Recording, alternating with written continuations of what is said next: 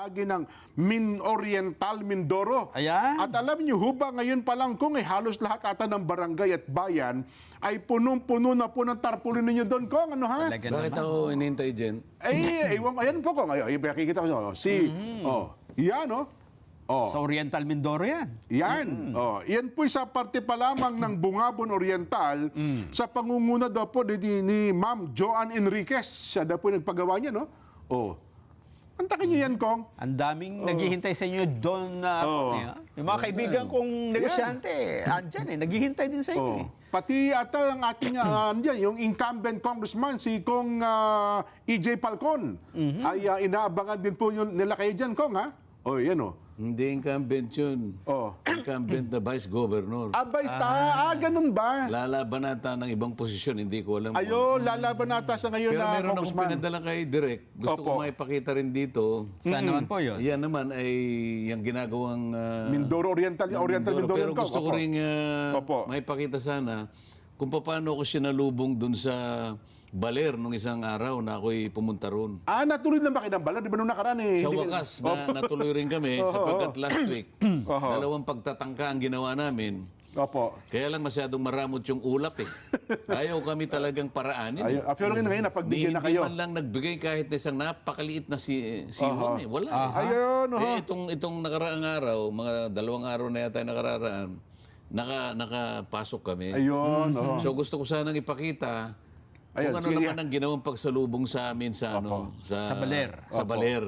Opo. Ngayon po, Kong, tuloy ko lang. Ito yung sa bahagi daw po ng Nauhan, sa Victoria, sa Rojas, at yun na nga po, sa may bahagi ng Bungabon Oriental. Yun. Kaya sabi daw po ni Ma'am Joan Enriquez dyan, Kong, pagka kayo may schedule sa Oriental Mindoro, lahat baka ng tao ho, Kong, ay palalabasin sa mga bahay-bahay nila para kayo po ay salubungin, Kong. Diba?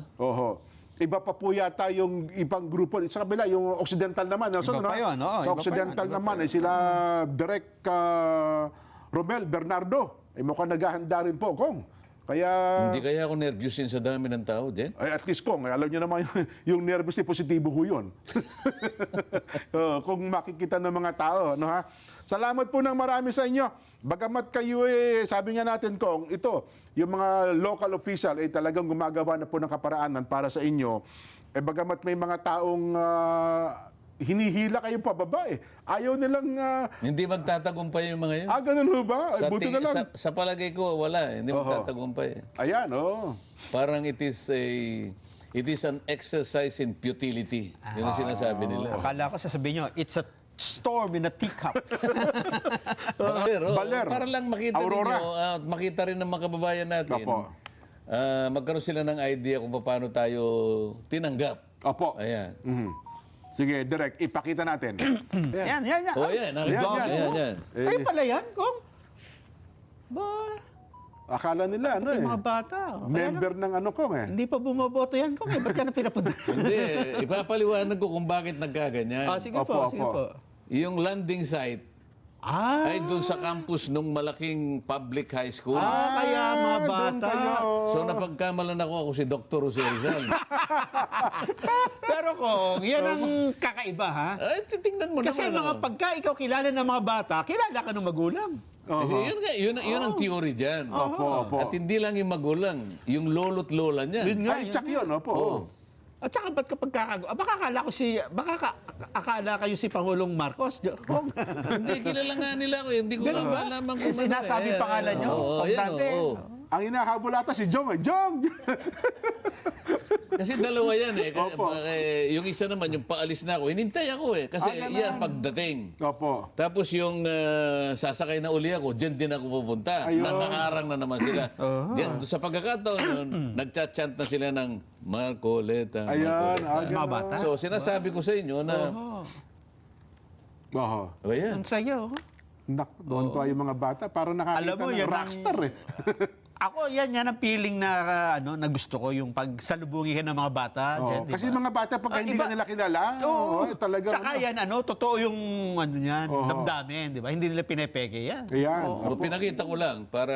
Ayun, sinakyan namin. Ayun, nakita mo yung... Yung tricycle nyo pala Ganda ko. naman. Yung tricycle ko na may ilis Opo, yung tricycle. Yan, ganyan na po ngayon ang sitwasyon sa mga LGUs, Kong.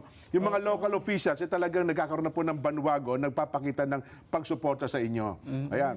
Ang alam ko, ang balita ko, yung parte ng Candelaria, Quezon, Kong, mukhang meron din pong inihanda kung kailan kayo nakaschedule naman sa Candelaria. Kanina, yung mga taga-Tayabas, kaya nga ako nahuli. Tayabas, ano naman, Quezon. Oo, Tayabas at saka yung... ano na yung may pansit na ano doon? Ay, yung Pansit Lukban. Quezon. Lukban. Lukban, oo. Ayan. Oo. Nako. Oo, pagkatapos dumating pa yung aray at may dalang nilagang mani at saka gatas ng kalabaw. Ayun, Yun ang Arayat pa. maganda. Yun ang talaga Oo, naman. Matas ng kalabaw. Kaya ako na late late. eh. Oho. Talagang hindi na nila mapipigil kung kahit anong gawin paninira sa inyo. Mukhang ito na po ang... Wala na. Sabi nga ni Nelson, exercise in futility. Yun. Yeah.